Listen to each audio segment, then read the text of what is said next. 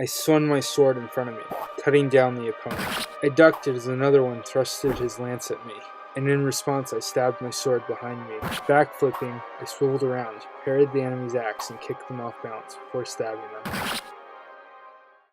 Finally, I had cut through the last of the enemies in this room. The whole room was now clear of any units. Nodding, I sheathed my sword and walked through to the next room. As expected, 2 soldiers stood guard with a chest behind them. Despite the disadvantage, I knew they would be no match. I charged into the room and swung out my sword. Flames instantly enveloped my entire blade. The enemies were stunned, and 2 well-aimed strikes later, both fell.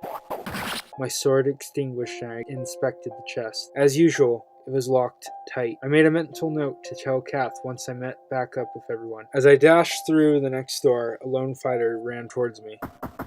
I readied my sword, but then stopped once I realized the man was unarmed. Sidestepping, the fighter rushed past me, but stumbled and fell. I raised an eyebrow and saw the horrified expression on his face. His mouth was agape and his eyes bore straight through my body to whatever was behind me, his whole body shaking. I turned around and walked further into the corridor to see what he was so afraid of. Turning the corner, I could see the castle's elegant red carpets, shining candles, and the occasional tapestry, but nothing else. I turned back to question the scared man, but he was gone. Perhaps he turned tail and ran? I walked on over back to where I had come from and looked to see if he was there, but there was no trace of him. Not even the echo of footsteps. Just silence. I gripped my sword tighter, steeled myself, and walked back through the way the man had come. As I walked down the corridor, my mind was only on my army. They had to be fine. We'd all been through so much, fighting so many. Even dragons. They could handle themselves, I kept trying to tell myself. She could handle herself.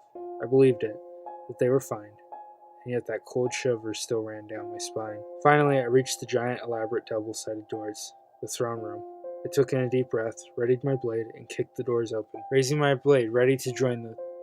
Nothing.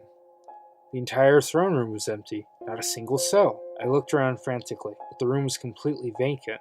They should have been here. Right here. This was the plan, the strategy. She led them. Did they...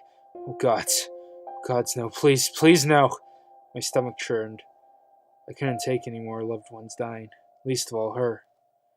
I walked up to the throne, desperate for a clue, but nothing, save for a giant longsword with a silver blade and a golden hilted pommel that rested neatly next to the throne. I gripped my sword to the point of my knuckles turning white and then dashed out of the room. I spent hours roaming the castle, every single room, every corridor, every hidden tunnel. I lost track of time. The entire castle ended up being empty. Not even bodies or a sign of battle had touched the place anymore. Daylight struck as I stumbled out of the stone structure finally. I dropped to my knees and hot tears began to stream down my face. I had failed. My friends were gone.